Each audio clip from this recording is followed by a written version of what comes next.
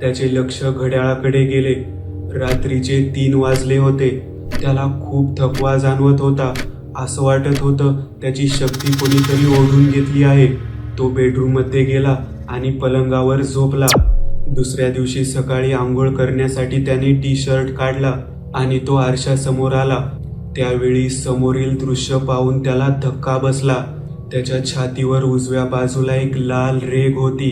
त्याने त्यावर हात फिरवला. त्याला काही जाणवलं नाही, पण ही तीच जागा होती जिथे स्वप्नात त्या स्त्रीने खंजीर फिरवला होता. त्याने त्याकडे दुर्लक्ष केले आणि तो ऑफिसला गेला.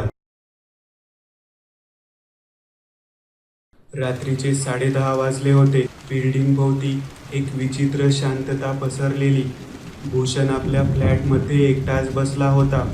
तेवढ्यात त्याच्या खिडकीच्या काचेवर टक टक असा आवाज झाला. त्या आवाजाने तो दचकला. त्याला वाटले पावसाचे थेंब असतील. त्याने त्याकडे दुर्लक्ष केले, पण काही वेळाने पुन्हा तोच आवाज आला. खिडकीवर कोणीतरी हलक्या आवाजात टकटक करत होतं. भूषण चकित झाला.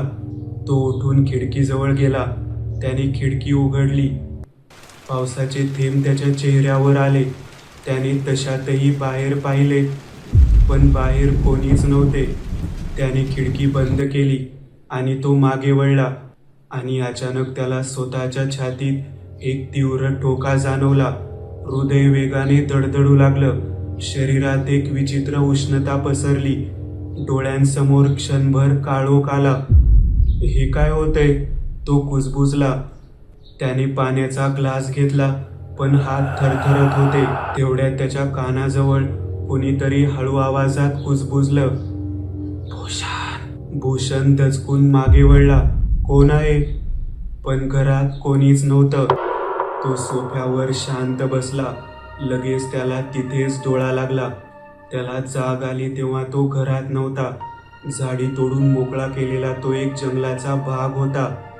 तिथेच एका सपाट मोठ्या दगडावर तो झोपला होता.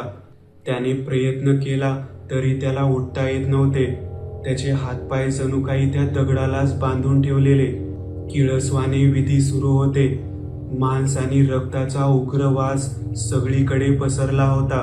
त्या दर्पानेच त्याच्या पोटात कसं तरी होत होतं. अर्धवट उठून त्याने आजूबाजूला पाहिले. बाजूलाच एक चूल पेटलेली. त्यावर एका पातेल्यात लालसर काळा द्रव पदार्थ शिजत होता. त्याच पातेल्यातून तो विचित्र गंध वातावरणात पसरत होता. ती जमिनीला टेकले होते. तिचे कपाळ काळ्या रंगाच्या कोणत्या तरी द्रव्याने माखले होते. तिच्या अंगावरही पूर्ण काळे वस्त्र गुंडाळले होते. तिच्या एका बाजूला एक छोटा खंजीर ठेवला होता. ती उंच स्वरात अनाकलनीय मंत्र उच्चारत होती. काही वेळाने तिचे मंत्र उच्चार थांबले. मग तिने तो खंजीर उचलला.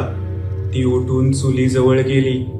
बाजूलाच पातेल्यात जो लालसर द्रव पदार्थ शिजत होता, तिने त्यात तो खंजीर बुडवला आणि बाहेर काढला. ती तशीच भूषण जवळ आली.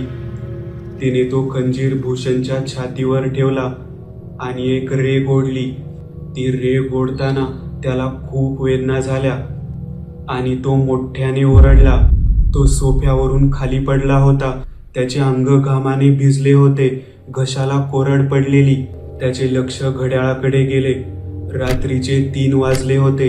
त्याला खूप थकवा जाणवत होता. असं वाटत होतं त्याची शक्ती कोणीतरी ओढून घेतली आहे. तो बेडरूममध्ये गेला आणि पलंगावर झोपला. दुसऱ्या दिवशी सकाळी आंघोळ करण्यासाठी त्याने टी-शर्ट काढला आणि तो आरशासमोर आला. त्यावेळी समोरील दृश्य पाहून त्याला धक्का बसला. त्याच्या छातीवर उजव्या बाजूला एक लाल रेघ होती. त्याने त्यावर हात फिरवला. त्याला काही जाणवलं नाही, पण ही तीच जागा होती जिथे स्वप्नात त्या स्त्रीने खंजीर फिरवला होता. त्याने त्याकडे दुर्लक्ष केले आणि तो ऑफिसला गेला.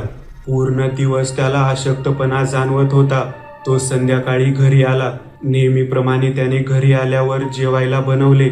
त्याने एक चित्रपट पाहिला आणि तो झोपायला गेला. भूषण झोपायचा प्रयत्न करत होता, पण सतत त्याच्या डोक्यात त्या स्वप्नातल्या स्त्रीचा चेहरा येत होता.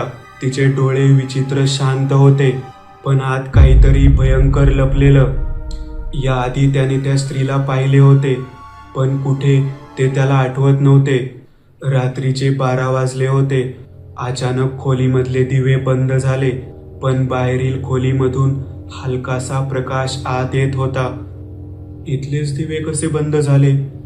तो स्वतःशीच बोलला आणि उठून उभा राहिला. भूषणचा श्वास अडकला. हे शक्य नाही.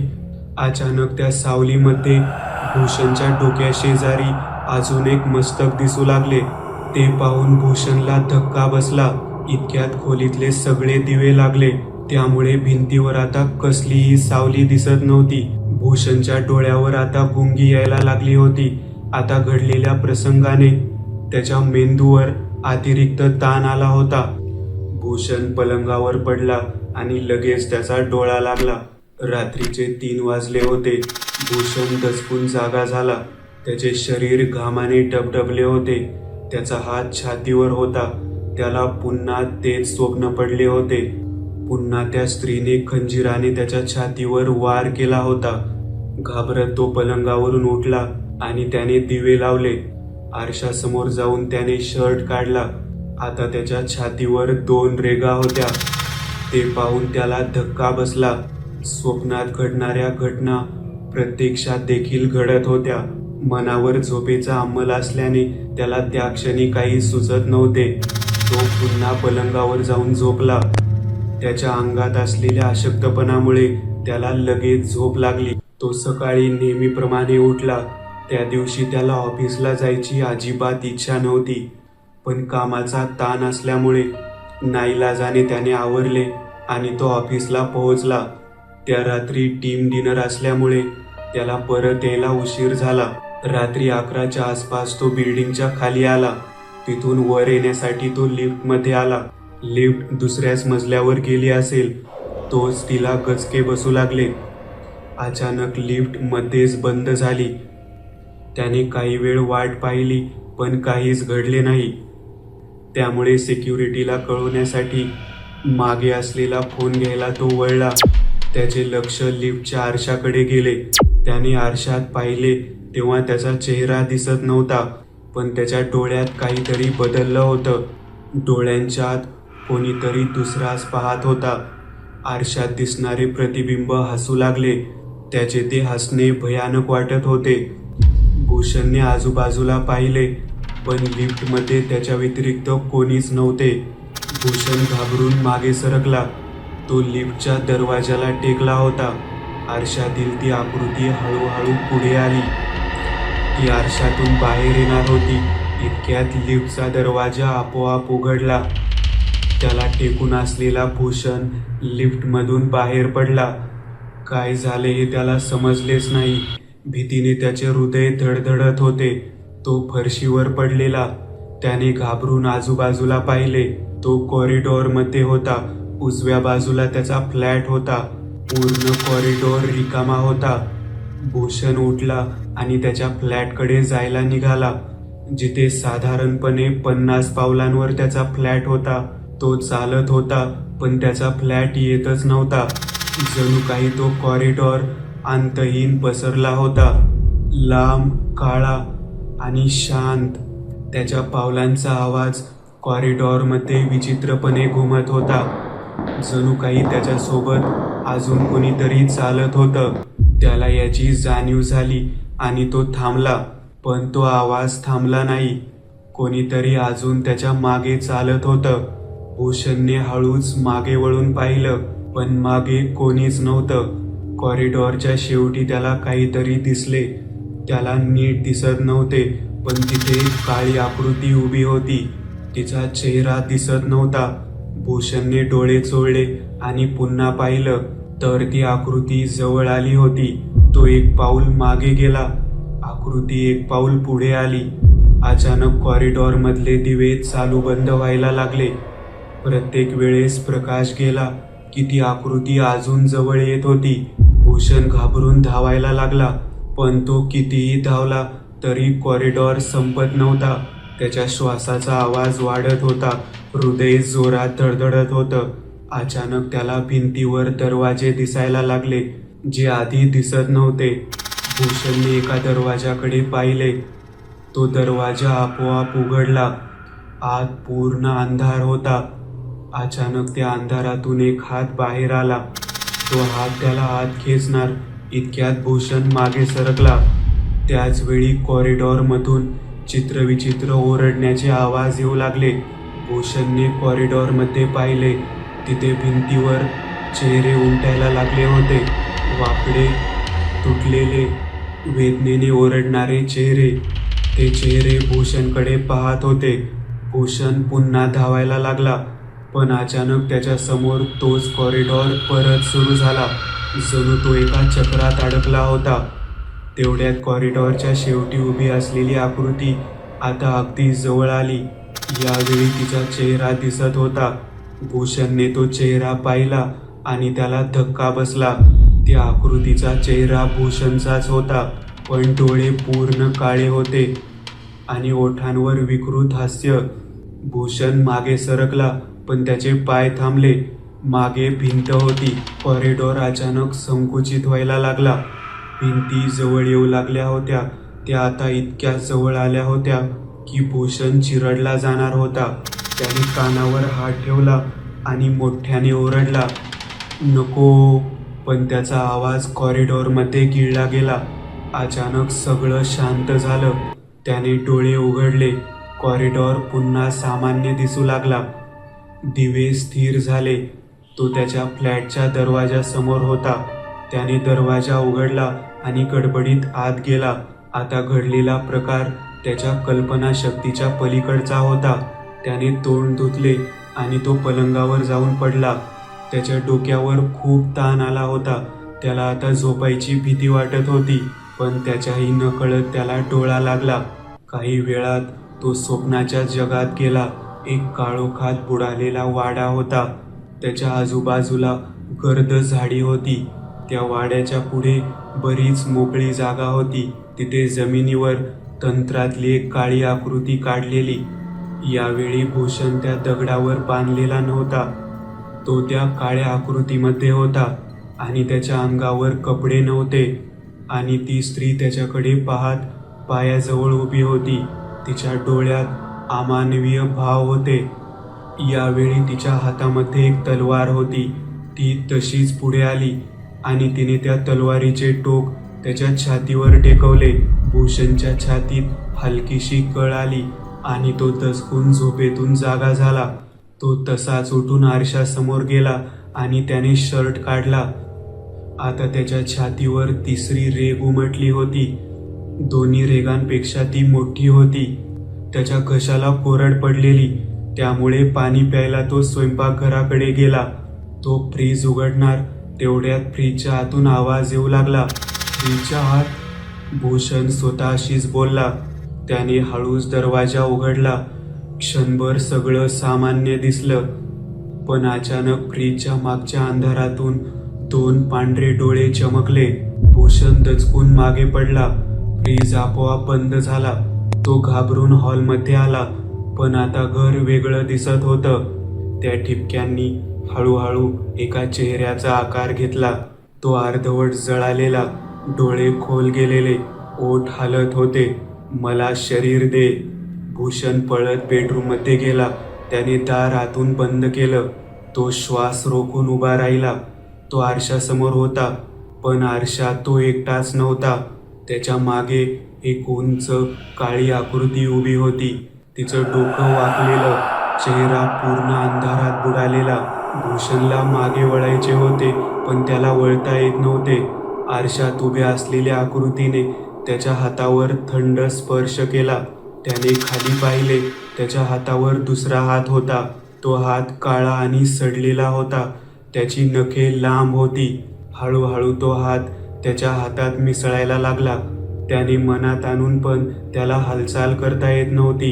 त्याचं शरीर जणू काही त्यालाच परक झालं होतं. आता त्याला मागे असलेली आकृती स्पष्ट दिसत होती. अर्धवट शरीर, छाती फुटलेली, आत काहीच नाही, फक्त पोकळी. हळूहळू ती अर्धवट आकृती त्याच्या शरीरात शिरायला लागली. भूषणचा चेहरा विकृत झाला आणि त्याचे शरीर खाली कोसळले. मध्यरात्रीची वेळ होती. एकदंत त्यांच्या खोलीमध्ये झोपले होते. केशव हॉलमध्ये झोपलेला. अचानक एकदंत यांच्या खोलीमधली एक जुनी घंटा वाजली. त्या आवाजाने एकदंत दचकून जागे झाले. केशवलाही त्या आवाजाने जाग आली. तो उठून एकदंत यांच्या खोलीमध्ये आला आणि त्याने दार वाजवले. एकदंत यांनी दरवाजा उघडला. एकदंत, हा घंटेचा आवाज कसला? केशवने विचारले. केशव, आपल्या बंगल्याभोवती संरक्षण कवच आहे, माहीत आहे ना तुला? मागील वेळी त्या आदित्यच्या प्रकरणात ती वाईट शक्ती ते कवच तोडून आतपर्यंत आली तरी आपल्याला कळलं नाही. त्यानंतर मी त्या कवचात बदल केले होते, जेणेकरून आपल्याला आधी कळावं की एखादी वाईट शक्ती आपल्या बंगल्याजवळ आली आहे. म्हणजे ही घंटा त्यामुळे वाजली? एखादी वाईट शक्ती बंगल्यात घुसायचा प्रयत्न करत आहे? नक्की सांगता येणार नाही, पण माझा अंदाज तरी तसाच आहे. चल, जरा टेरेसवर जाऊन येऊ. एकदंत आणि केशव टेरेसवर आले. त्यांना बंगल्याच्या फाटकाजवळ कोणीतरी तरुण मुलगा पडलेला दिसला. एकदंत, हा कोण आहे आणि इथे असा का बेशुद्ध पडला आहे? तेच पाहावं लागेल केशव, काहीतरी विचित्र आहे. ते दोघे सावधपणे फाटकामधून बाहेर आले. एकदंत यांनी त्या तरुणाचे निरीक्षण केले. त्याचे डोळे उघडे होते, पण हातपाय एकदम स्तब्ध होते. एकदंत, हा जिवंत आहे का? केशवने विचारले. एकदंत यांनी त्याच्या डोळ्यात पाहिले. केशव, आत चल, आता इथे थांबणे थोडे धोक्याचे आहे. पण एकदंत, हा मुलगा, तुला सांगितलं ना आत चल. एकदंत थोड्या चढ्या आवाजात बोलले. फाटक बंद करून दोघेही आत आले आणि समोरील दृश्य पाहून केशव ओरडलाच. एकदंत, भूत! एकदंत काही क्षण अवाक झाले. त्यांच्या समोर तोच तरुण उभा होता, जो बाहेर तशा विचित्र अवस्थेत पडलेला. एकदंत यांनी त्याचे नीट निरीक्षण केले. केशव, हा आत्मा आहे, एकदंत म्हणाले. काय आत्मा? केशवने आश्चर्याने त्या तरुणाकडे पाहिले आणि पुन्हा एकदंत यांच्याकडे पाहिले. एकदंत, तुम्हीच का? त्या तरुणाने विचारले. हो, तू कोण आहेस? मी भूषण, त्या आत्म्याने उत्तर दिले. इथे कसा काय तू? एकदंत, मला तुमची मदत हवी आहे. काय? एकदंत, आधी माणसे तुमच्याकडे मदत मागायला येत होती, आता आत्मे पण यायला लागले. मला वाटतंय लवकरच जॉब स्विच करावा लागणार आहे. केशव म्हणाला. गप्प बस केशव, कुठेही सुरू होतो तू, त्याला सांगू दे काय ते. एकदंत दरडावले. त्यात मागे गेटवर काहीतरी आदळल्याचा आवाज आला. त्याच वेळी एकदंत यांच्या घरातून घंटा वाजल्याचाही आवाज आला. कोणीतरी सतत गेटवर धडका देत होतं. केशव, तू आत जा आणि करेच्या पाण्याची बाटली घेऊन ये. ती घंटा वाजली म्हणजे बाहेरून कोणीतरी आत यायचा प्रयत्न करतंय. केशव धावत आत गेला आणि करेच्या पाण्याची बाटली घेऊन आला. एकदंत यांनी ती बाटली हातात घेतली आणि मंत्र उच्चारले आणि त्यांनी चारही बाजूंना ते पाणी शिंपडले. त्याच वेळी धडाका बंद झाल्या. भूषण, तू सांग, काय झालं ते? तू इथे कसा आला? एकदंत, मला काहीच समजत नाहीये माझ्यासोबत काय होतंय. म्हणजे त्याचं झालं असं. भूषणने पहिल्या 2 रात्री झालेला त्रास एकदंत यांना सांगितला आणि पुढे म्हणाला. मी हा सगळा प्रकार माझ्या मैत्रिणीला सांगितला. त्यावेळी तिने तुमचा पत्ता दिला आणि म्हणाली की तुम्हीच माझी मदत करू शकाल. मी ठरवलं होतं की उद्या तुम्हाला येऊन भेटेल आणि मी रात्री झोपलो तर मला पुन्हा तेच स्वप्न पडलं आणि विचित्र त्रास झाला. त्या आरशाजवळ घडलेला प्रसंग सांगून भूषण पुढे बोलला. मी बहुतेक चक्कर येऊन खाली पडलो. इतका भयानक त्रास झाल्यामुळे मी रात्रीच तुमच्याकडे यायला निघालो. इथे आल्यावर मी मेन गेट ढकलले तर अचानक मी आत येऊन पडलो. पुढे काय झालं हे तर तुम्हाला माहीतच आहे. हे सगळं एकूणच विचित्र प्रकरण आहे. बाहेर तुझं शरीर पडलं आहे आणि तू इथे माझ्या समोर आहेस. खरं तर तू बाहेर असता तर तू कोणालाच दिसला नसता, पण ही वास्तू अभिमांत्रित आहे, त्यामुळे तू आम्हाला दिसतोय. तुझा मृत्यू झाला नाहीये, पण तुझ्या शरीरावर तुझ्या आत्म्याचा ताबा उरला नाहीये. आपल्याला यामागे काय कारण आहे ते शोधावं लागेल. पण मी आता काय करू एकदंत? सध्या तरी तू इथे थांब, नंतर काहीतरी दुसरा मार्ग पाहावा लागेल. पण एकदंत, हा आत्मा असून इथे आत तरी कसा आला? केशवने विचारले. केशव, अरे या घराभोवती नकारात्मक शक्ती येऊ नये असे कवच आहे, पण हा कोणती वाईट शक्ती नाही, त्यामुळे हा आत येऊ शकला. एकदंत. मग आता पुढे? केशव, तू आज चल आधी. त्या आदित्यच्या प्रकरणाच्या वेळी तू खूप गोंधळ घातला होता त्या बाईच्या मागे जाऊन. एकदंत. बाई नाही, हाडळ होती ती, ओशाळून केशव म्हणाला. हा तेच ते. आता परत तसं काही घडायला नको म्हणून तू आधी आत जा आणि काही झालं तरी बाहेर येऊ नकोस बाबा. केशव आत आला. त्याच्या पाठोपाठ एकदंत आणि भूषण आले. एकदंत, माझं असं कसं झालं आणि माझं शरीर? भूषणने आगतिकतेने विचारले. तुझं शरीर बाहेर आहे आता. यावेळी त्यावर दुसऱ्या कोणाचा तरी ताबा आहे. आपण वाट पाहूयात. ही रात्र उलटून जाऊ दे, मग काय करायचं ते पाहूयात. एकदंत यांनी दरवाजा बंद करून घेतला. त्याजवळ करेच्या पाण्याने अभिमांत्रित रेघ ओढली. केशव, मी आता माझ्या खोलीमध्ये जातोय. तू याच्यावर लक्ष ठेव. एकदंत म्हणाले. मी याच्यावर लक्ष ठेवू? एकदंत, कशाला तोफेच्या तोंडी देताय? औंढा गिळत केशव बोलला. तुला सांगितलं ते कर. अजिबात झोपायचं नाही. बारीक चेहरा करत केशवने मान डोलावली. एकदंत त्यांच्या खोलीमध्ये निघून गेले. भूषण तिथेच उभा होता. केशव अंग चोरून सोफ्यावर बसलेला. कधी एकदंत यांच्या खोलीकडे पाहत होता तर कधी भूषणकडे. केशव जागाच होता, पण मध्यरात्री केव्हा तरी त्याचा डोळा लागलाच. सकाळी 7 वाजता एकदंत उठून बाहेर आले तर केशव सोफ्यावर झोपला होता. त्यांना भूषण कुठेच दिसला नाही. केशव, उठ. झोपू नको म्हणालो होतो ना तुला. केशव दचकून जागा झाला. काय झालं एकदंत? काय झालं काय विचारतो? तो भूषण कुठे गेला? एकदंत, मला माहित नाही. डोके खाजवत केशव बोलला. काही कामाचं नाही तू. जा तोंड धुणे, मी बाहेर आहे. एकदंत बाहेर आले. त्यांनी मुख्य गेट उघडले. त्यांना तिथे काहीच दिसले नाही. त्यांनी आजूबाजूला पाहिले पण त्यांना भूषण कुठेच दिसत नव्हता. तितक्यात केशव बाहेर आला. काय झालं एकदंत? भेटला का तो? केशवने विचारले. नाही केशव. बरं, तू आवरून घे. रात्री त्याने त्याच्या फ्लॅटचा पत्ता सांगितला होता. आपण तिथे जाऊन पाहूयात. काही वेळाने केशव आणि एकदंत भूषणच्या फ्लॅटच्या दिशेने निघाले. ते त्याच्या फ्लॅटजवळ पोहोचले तेव्हा त्याचा दरवाजा उघडाच होता. एकदंत सावधपणे आत आले. त्यांनी एक एक करत सगळ्या खोल्या पाहिल्या पण त्यांना भूषण कुठेच दिसला नाही. दरवाजा उघडा ठेवून हा गेला कुठे? केशवने विचारले. केशव, मला वेगळीच शंका येते. रात्री त्याने येताना दरवाजा बंद केलाच नव्हता. त्याला आपल्या बंगल्याजवळूनच घेऊन गेले आहेत. पण कोण? कदाचित तीच स्त्री जी त्याला स्वप्नात दिसत होती. हे सगळं प्रकरण आपल्याला दिसते त्यापेक्षा जास्त खोल आहे. आता काय करायचं एकदंत? इथे खरंच वाईट शक्ती आली होती का ते पाहावं लागेल. असे म्हणून एकदंत बेडरूम मधल्या आरशासमोर गेले. हातात करेचे पाणी घेऊन त्यांनी मंत्र उच्चारले आणि ते पाणी आरशावर शिंपडले. त्यावेळी तप्त तव्यावर पाणी पडावे तसा आवाज झाला आणि त्या आरशामधून वाफा निघू लागल्या. इथे खरंच काहीतरी वाईट शक्ती आली होती केशव. आपल्याला आता भूषणला शोधावं लागेल. पण कसं शोधायचं? घरात फक्त भूषण राहत होता, म्हणजे त्याचे केस इथे नक्की मिळतील. बघ जरा सापडतात का ते. केशवला भूषणच्या बेडरूममध्ये काही केस मिळाले. ते केस घेऊन तो बाहेर आला. तोपर्यंत एकदंत तो फ्लॅट पाहत होते. चल केशव, इथून निघूयात. कोणी पाहिले तर भूषण लांब राहिला.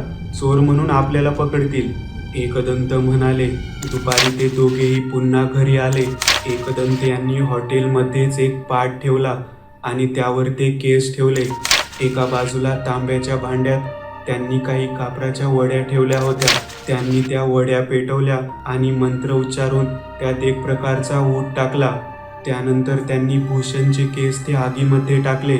अचानक त्या आगीमधून धुराचा एक लोळ उठला. तो धूर एका सलग रेषेत घराच्या बाहेर जात होता. एकदंत यांनी ते तांब्याचे भांडे उचलले आणि म्हणाले. केशव, आपले सगळे साहित्य घे. आपल्याला या धुराचा पाठलाग करायचा आहे. केशवने सगळे साहित्य गाडीमध्ये ठेवले आणि गाडी सुरू केली. एकदंत शेजारच्या सीटवर बसलेले. तो धूर गाडीच्या खिडकीमधून बाहेर पडत होता. त्या धुराच्या मागे मागे ते निघाले होते. संध्याकाळच्या वेळेला ते घाटाजवळ पोहोचले. आता पुढील रस्ता घाटाच्या एका बाजूने वरती डोंगराकडे जाणारा होता. हळूहळू ती वाट जास्तच बिकट होत चाललेली. पुढे एक क्षण असा आला की केशवला कार चालवणे शक्य होत नव्हते. एकदंत, आपण कार इथेच लावू, आता पुढे घेऊन जाणे शक्य नाही, केशव म्हणाला. बरं, आपण उतरू इथे. तू सगळं साहित्य नीट घे, मला आता ते भांडे पकडावे लागेल. ते दोघे त्या धुराच्या मागे निघाले. झाडी आता दाट झालेली, पण त्यामधून पायवाट होती. ते त्या पायवाटेने चालत निघाले. एकदंत त्या अदृश्य धाग्याच्या मागे चालत जंगलाच्या अधिक खोल भागात पोहोचले होते. पण आता वातावरण बदलले. हवा आता थंड झाली होती आणि प्रत्येक झाड जणू जिवंत वाटत होतं. संध्याकाळची 6ची वेळ असूनही काळोख भासत होता. एकदंत यांना लांब काहीतरी बांधकाम दिसले. तो दूर त्याच दिशेला जात होता. ते काही पावले पुढे आले आणि अचानक त्यांच्या मस्तकात एक विशिष्ट संवेदना सरकली. ती जागा मंत्रित केलेली होती. कोणीतरी त्यांच्याकडे रोखून पाहत आहे अशी एकदंत यांना जाणीव होत होती. केशव, सावधपणे पुढे ये, ही जागा भयानक आहे. काहीतरी इथे सक्रिय आहे. ते काही अंतर पुढे गेले होते. तोच एकदंत यांच्या हाताला एका जाडसर फांदीमुळे ओरखडले. त्यांची तिथली त्वचा फाटली आणि रक्ताची एक रेखा दिसू लागली. त्याच वेळी बाजूलाच कुठेतरी काहीतरी आपटल्याचा आवाज आला. एक उग्र कुबट वास वातावरणात पसरला. त्यांना आपली जाणीव झाली आहे. एकदंत हे बोलतच होते. तेवढ्यात जमिनीखालून एक हलके कंपन एकदंत यांच्या पायांना जाणवले. ते जागेवरच थांबले. जमिनीवरून काहीतरी सरपटत त्यांच्या दिशेने येत होतं. अचानक त्यांच्या पायांभोवती काहीतरी घट्ट आवळलं. झाडांच्या मुळांसारख्या दिसणाऱ्या वेलींनी त्यांना पकडलं होतं.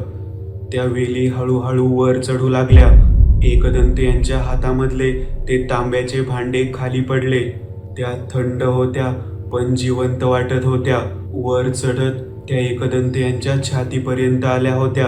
एकदंत यांनी मागे वळून पाहिले. त्या वेली मात्र केशव जवळ गेल्या नव्हत्या. केशव, कुऱ्हाड काढ, एकदंत ओरडले.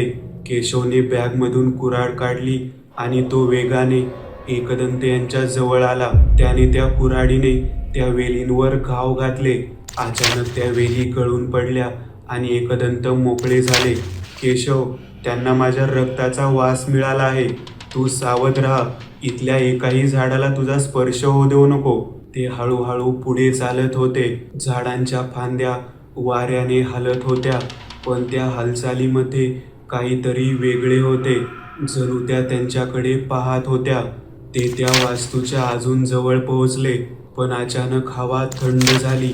त्यांचा श्वास जड झाला होता आणि शांतता इतकी गडद झाली की त्यांना स्वतःच्या हृदयाचे ठोकेही मोठे वाटू लागले. अंधार पडल्याने दोघांनीही टॉर्च सुरू केले. केशव एकदंत यांच्या मागे होता. त्याचे लक्ष एकदंत यांच्यावरच होते. इतक्यात एकदंत यांच्या समोर जमिनीवर काहीतरी हललं. ते जागेवरच थांबले. त्यांच्या टॉर्चचा उजेड जिथे पडला होता तिथे अंधार एकत्र यायला लागला आणि हळूहळू तिथे एक आकृती तयार झाली. उंच, सडपातळ, हात लांब, पण तिचा चेहरा नव्हता. ते फक्त काळं पोकळ अस्तित्व होतं. ती आकृती हळूहळू एकदंत यांच्या दिशेने येत होती. तिच्या हालचालींमध्ये आवाज नव्हता. हा नक्की काय प्रकार आहे याचे एकदंत आकलन करायचा प्रयत्न करत होते. पण काही कळायच्या आत विद्युत वेगाने ती आकृती एकदंत यांच्यावर झेपावली. एक काळी लाट जणू त्यांच्या अंगावर आदळली. एकदंत मागे ढकलले गेले. त्यांच्या शरीरातून एक थंडीची लहर पसरली. त्यांना असे वाटले जणू रक्त गोठत आहे. केशवने त्यांना सावरले. एकदंत यांच्या गळ्यात असलेला रुद्राक्ष तापून लाल झाला होता. तोपर्यंत ती काळी प्राण्यासारखी दिसणारी आकृती गायब झालेली. अचानक त्यांच्या उजवीकडे काहीतरी हललं. ते त्या बाजूला वळले आणि त्या क्षणी ती आकृती त्यांच्या समोर प्रकट झाली. त्या आकृतीचा हात पुढे आला आणि एकदंत यांच्या छातीवर आदळला. त्यांना धक्का बसला. डोळ्यांसमोर क्षणभर अंधार पसरला. त्यांनी डोळे उघडले तेव्हा ते एका वाड्याच्या अंगणात होते. तिथे एक विचित्र काळी आकृती जमिनीवर रेखाटली होती. भूषण त्या आकृतीच्या मधोमध जमिनीवर पडलेला आणि त्याच्या पायाजवळ एक स्त्री हसत उभी होती. एक काळी शक्ती भूषणच्या शरीरावर तरंगत होती. एकदंत तिथेच उभे होते. त्यांना काहीच करता येत नव्हते. त्याच वेळी त्या स्त्रीने एकदंत यांच्याकडे पाहिले आणि एक तुच्छ हास्य केले. तू उशीर केलास. तिचा आवाज त्या वातावरणात घुमला. एकदंत यांचा श्वास वाढला. क्षणभर त्यांच्या मनात शंका आली, पण लगेच त्यांनी डोळे उघडले. त्यांच्या नजरेत पुन्हा स्थैर्य आलं. हात जोडून त्यांनी डोळे मिटले आणि मनात एक मंत्र उच्चारले. अचानक त्यांच्या डोळ्यावर असलेले अंधाराचे मळप दूर झाले. ते अजूनही त्या झाडीतच होते. त्यांना तो भास झाला होता, पण तो काळ्या प्राण्याचा आकार अजूनही त्यांच्या समोर होता. एकदंत यांनी करेच्या अभिमांत्रित पाण्याची बाटली काढली. ते पाणी हातात पकडून त्यांनी पुन्हा मंत्र उच्चारले आणि ते पाणी त्यांनी त्या आकृतीच्या दिशेने फेकले. त्याच वेळी त्या आकृतीमधून धुरासारख्या अनेक काळ्या आकृत्या बाहेर पडल्या आणि त्या झाडांमध्ये इतस्त पसरल्या. एकदंत यांनी बॅगमधून त्यांची अभिमांत्रित कट्यार काढली. काही मंत्रांचे उच्चार करत त्यांनी ती कट्यार झाडांच्या दिशेने भिरकावली. त्या कट्यारीने समोरच्या झाडांना अक्षरशः चिरत त्या समोरील वास्तूकडे जाणारा एक सुरक्षित मार्ग तयार केला. ती कट्यार फिरून पुन्हा आपल्या जवळ येईल अशी एकदंत यांना अपेक्षा होती, पण ती आलीच नाही. एकदंत यांना हा धक्का होता. ते वेगाने त्या झाडांमधून निघाले आणि एका मोकळ्या पटांगणात आले. त्यांच्या समोर एक जुना वाडा होता, पण तिथे कोणीच नव्हते. पण त्या पूर्ण परिसरात एक स्मशान गंध आणि विचित्र कुबट वास पसरला होता. त्याच वासाच्या आधारे ते जात होते. तेव्हा अचानक त्यांचे लक्ष वाड्याच्या शेजारी असलेल्या एका पडीक विहिरीकडे गेले. ते त्या विहिरीजवळ गेले. विहिरीवर कसलेसे असंख्य दोरे बांधलेले. केशव, इथे काहीतरी विचित्र ऊर्जा जाणवत आहे, एकदंत म्हणाले. तो वास वाड्याच्या मागून येत होता. एकदंत तिथे पोहोचले. तिथले दृश्य भयानक होते. तिथे एक पटांगण होते, पण त्यात एक मोठा पाषाण होता. त्या पाषाणावर भूषणला बांधलेले. बाजूलाच एक चूल मांडलेली. त्यावर एका पातेल्यात लालसर काळा द्रव पदार्थ शिजत होता. त्याच पातेल्यातून तो विचित्र गंध वातावरणात पसरत होता. तिथून पुढे काही अंतरावर आग पेटलेली आणि त्यासमोर बसून एक स्त्री काहीतरी विधी करत होती. तिचे केस अगदी जमिनीला टेकले होते. तिच्या अंगावरही पूर्ण काळे वस्त्र गुंडाळले होते. तिच्या एका बाजूला एक छोटा खंजीर ठेवला होता. ती स्त्री एकदंत यांना पाठमोरी दिसत होती. त्या पाषाणा शेजारी एक लाकडी पेटी होती. एकदंत काही पावले पुढे आले. त्याच वेळी त्या स्त्रीने तिचा एक हात वर केला आणि त्या आगीमध्ये काहीतरी टाकले. त्याच वेळी मागून एक काळी आकृती वेगाने एकदंत यांच्या दिशेने आली आणि काही कळायच्या आत तिने एकदंत यांना उचलले आणि त्या स्त्रीच्या समोर असलेल्या मोकळ्या जागेत नेऊन त्यांना फेकून दिले. हे सगळे इतक्या वेगात घडले की एकदंत यांना सावरायला वेळच मिळाला नाही. त्यांच्या अंगाला जागोजागी मार लागला होता. ते उठून बसले तेव्हा त्यांचे तोंड त्या स्त्रीच्या दिशेने होते. तिच्या समोर तो अग्नी पेटलेला ती तरुण स्त्री होती. तिचे सौंदर्य अप्रतिम होते. कपाळावर काळ्या रंगाचा मळवट भरलेला. त्याच यज्ञाजवळ एकदंत यांची कट्यार पडलेली. एकदंत काही करणार तोच जमिनीमधून झाडांची मुळे बाहेर आली आणि त्यांनी एकदंत यांचे हातपाय जखडले. त्यांना हलता येत नव्हते. त्या स्त्रीच्या नजरेला एकदंत यांची नजर भिडली. तिचे डोळे अगदी लाल झाले होते. त्यात क्रोध भरला होता. तू इथे नव्हतं यायला पाहिजे, असं म्हणून तिने दुसरा हात वर केला. त्याच सोबत एकदंत यांचे शरीर अचानक उचलले गेले. त्यांचे हात आणि पाय त्या मुळांनी बांधले गेले असल्याने हवेत त्यांच्या शरीराची कमान झालेली. पूर्ण शरीर ताणले गेल्याने एकदंत यांच्या शरीरातून वेदना उसळत होत्या. एकदंत यांच्या शरीराचा ताण असह्य झाला होता. त्यांना काही करता येत नव्हते. इतक्यात त्या स्त्रीच्या मागून अनेक काळ्या धुराच्या रूपातील आकृत्या हवेतून आल्या. काही कळायच्या आतच त्या आकृत्यांनी त्या स्त्रीला घेरले. त्या आकृत्या तिच्या भोवती वेगाने फिरत होत्या. एकदंत यांच्यावर असलेला तिचा ताबा सुटला आणि ते खाली पडले. अजूनही त्यांच्या शरीरात वेदना होत होत्या. त्या फिरणाऱ्या आकृत्यांनी तिला वर उचलले होते. तिच्या चेहऱ्यावर भीती आणि आश्चर्य अगदी स्पष्ट दिसत होते. ती हात वर करण्याचा प्रयत्न करत होती, पण तिला ते जमत नव्हते. एकदंत यांचे लक्ष तिथे जमिनीवर पडलेल्या कट्यारीकडे गेले. त्यांनी ती कट्यार उचलली, हातात पकडून मंत्र उच्चारले आणि त्यांनी ती कट्यार त्या स्त्रीच्या दिशेने फेकली. ती कट्यार तिच्या उजव्या खांद्यामध्ये घुसली. त्याच वेळी एक गगनभेदी किंकाळी तिच्या तोंडातून बाहेर पडली. अचानक त्या आकृत्या अधिक वेगाने तिच्या भोवती फिरू लागल्या. तिथे फक्त काळा धूर दिसत होता. हळूहळू ती स्त्री देखील धुरात विलीन झाली. एकदंत यांची कट्यार त्यांच्या जवळ येऊन पडली. एकदंत यांनी मागे पाहिले. तिथे एक लाकडी पेटी ठेवलेली. ते त्या पेटीजवळ गेले. तिथले दृश्य भयानक होते, पण त्यांना त्याची कल्पना असल्याने त्यांना धक्का बसला नाही. त्या पेटीमध्ये एक कुजलेले मानवी शरीर होते, पण ते जिवंत होते. एकदंत यांनी त्यांची कट्यार उचलली आणि त्या मानवी शरीरात घुसवली. त्या शरीरामधून एक काळी आकृती बाहेर पडली आणि त्या शरीराची राख झाली. त्या पाषाणावर भूषणला बांधलेले. एकदंत यांनी त्याच्या चेहऱ्यावर करेचे अभिमंत्रित पाणी शिंपडले. झोपेतून जागा व्हावा तसा तो दचकून जागा झाला. एकदंत यांनी त्याचे हातपाय सोडवले. तितक्यात मागून केशव आला. याला इथून उतरायला मदत कर, एकदंत म्हणाले. एकदंत यांनी त्या पेटीमधली राख उचलली आणि समोर ठेवली. ते तिथे जमिनीवर बसले. त्यांनी बॅगमधून पिशाचे वेध काढला. त्याच्या साह्याने कोणत्याही वास्तूचा अथवा वस्तूचा भूतकाळ पाहायची सिद्धी त्यांना प्राप्त होती. त्याचाच वापर करून त्यांनी त्या राखेचा आणि पर्यायानेच त्या पूर्ण वाड्याचा इतिहास पाहिला. एकदंत, हे सगळं काय होतं? भूषणने विचारले. हे सगळं सुरू होतं तुझं शरीर मिळवण्यासाठी. त्याचं झालं असं. एकदंत यांनी सांगितलेला वृत्तांत काहीसा असा होता. या सगळ्याची सुरुवात जवळपास 400 वर्षांपूर्वी झाली. सावित्री आणि जनकोजी हे नवरा बायको होते. दोघांनाही अनेक सिद्धी प्राप्त होत्या. त्याच्या जोरावर त्यांनी बरेच धन मिळवले होते. या दोघांनी पूर्व हिंदुस्थानाच्या भागात जाऊन पुढील सिद्धी मिळवायचे ठरवले. तिथे गेल्यावर त्यांना एक गुरु भेटला. त्याने त्यांना एक विद्या शिकवली, देहांतर विधी.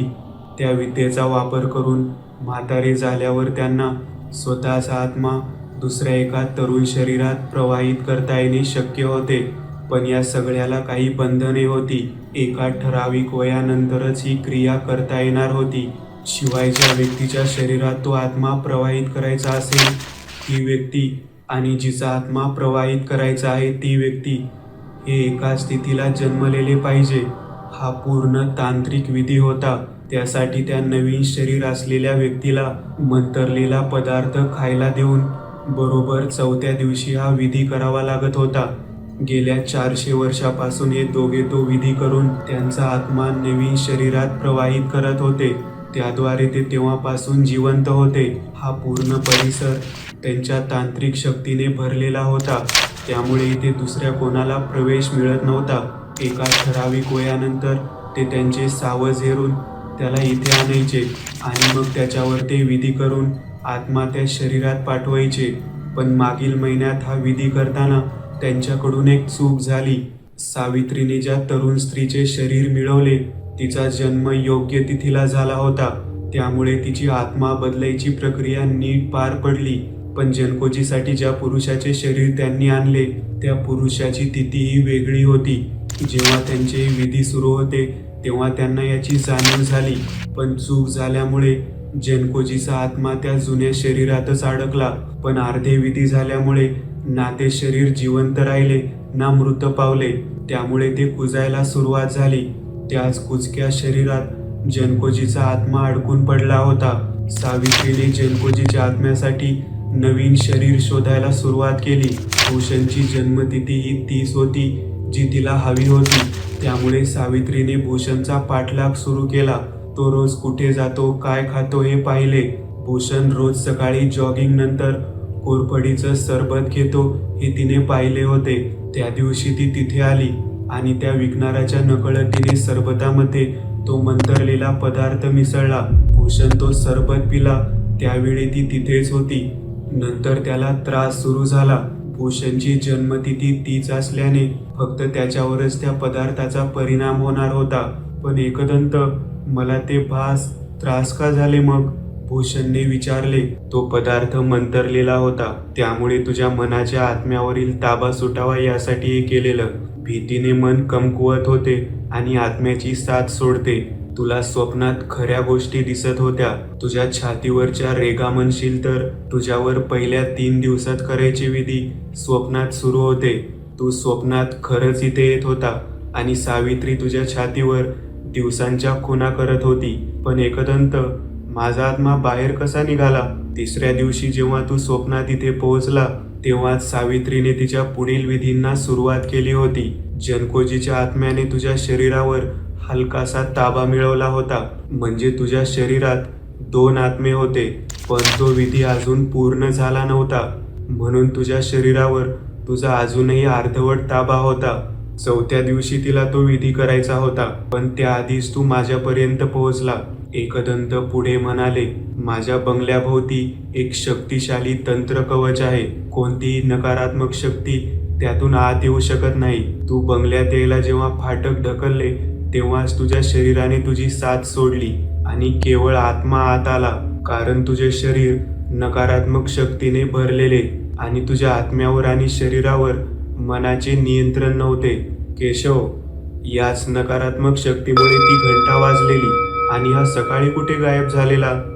केशवने विचारले. आपण सांगून पण भूषण ऐकला नाही. त्याला त्याच्या शरीरात प्रवेश करायचा होता, त्यासाठीच तो प्रयत्न करत होता. अशात रात्री 3 वाजता तो गेटच्या बाहेर गेला. त्यावेळी त्याला शरीरात प्रवेश करायला जमलं, पण तोपर्यंत जनकोजीच्या आत्म्याने त्याच्या शरीरावर जास्त नियंत्रण मिळवले होते. त्यामुळे तो त्या शरीरासहित तो वाड्यावर पोहोचला.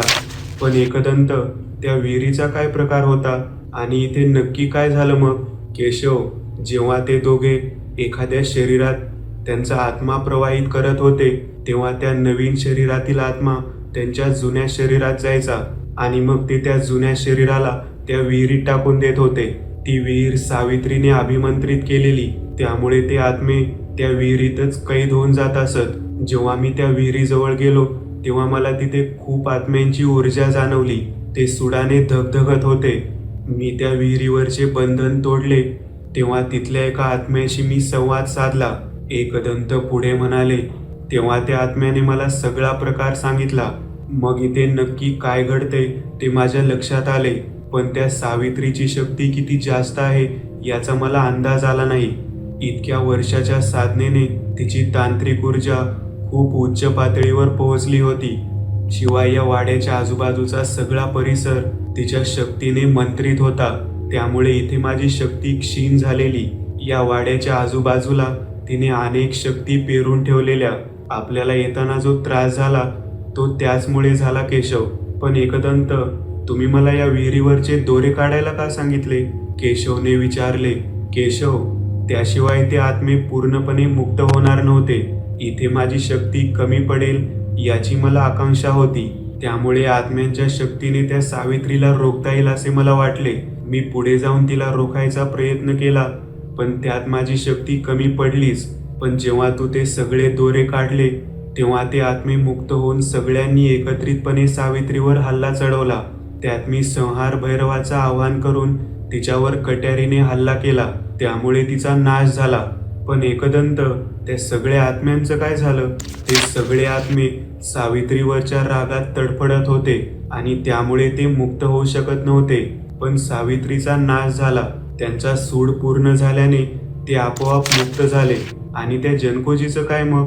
त्याचे शरीर असेही कमकुवत झालेले. माझ्या अभिमंत्रित कट्यारीने वार केल्यामुळे त्याचाही नाश झाला. ते हे बोलतच होते इतक्यात प्रचंड आवाज त्यांच्या कानावर पडला. त्यांनी वाड्याच्या दिशेने पाहिले. तो पूर्ण वाडा कोसळून खाली पडला होता. एकदंत, हे काय आता? घाबरत भूषणने विचारले. हा वाडा त्यांच्या तंत्रशक्तीवर इतकी वर्ष जसेच्या तसा उभा होता. त्या दोघांचा नाश झाला आणि ती शक्ती संपली. इतकी वर्ष जुना वाडा होता हा, पण जसं त्यावरील तंत्राचे आवरण हटले, काळाने त्याची शक्ती दाखवून दिली. एकदंत, तुम्ही खूप मोठ्या संकटातून माझी मदत केली आहे. तुमचे आभार कसे मानू कळत नाहीये. हे माझं कामच आहे भूषण. जगात अशा विचित्र शक्ती असतात की आपल्याला त्याबद्दल शंका येत नाही, पण अशा भयानक सिद्धी प्राप्त असलेले लोक जेव्हा दुसऱ्याच्या जीवावर उठतात तेव्हा त्यांची एक गोष्ट लक्षात येत नाही. देहावर अधिकार त्याचाच असतो जो त्यात जन्मला आहे. सगळं आवरून ते पुण्याकडे निघाले. एकदंत यांनी पुन्हा एकदा एक भयानक प्रकरण हाताळले होते, पण त्यांचा आपल्यासोबतचा प्रवास तसाच सुरू आहे, अज्ञाताच्या दिशेने.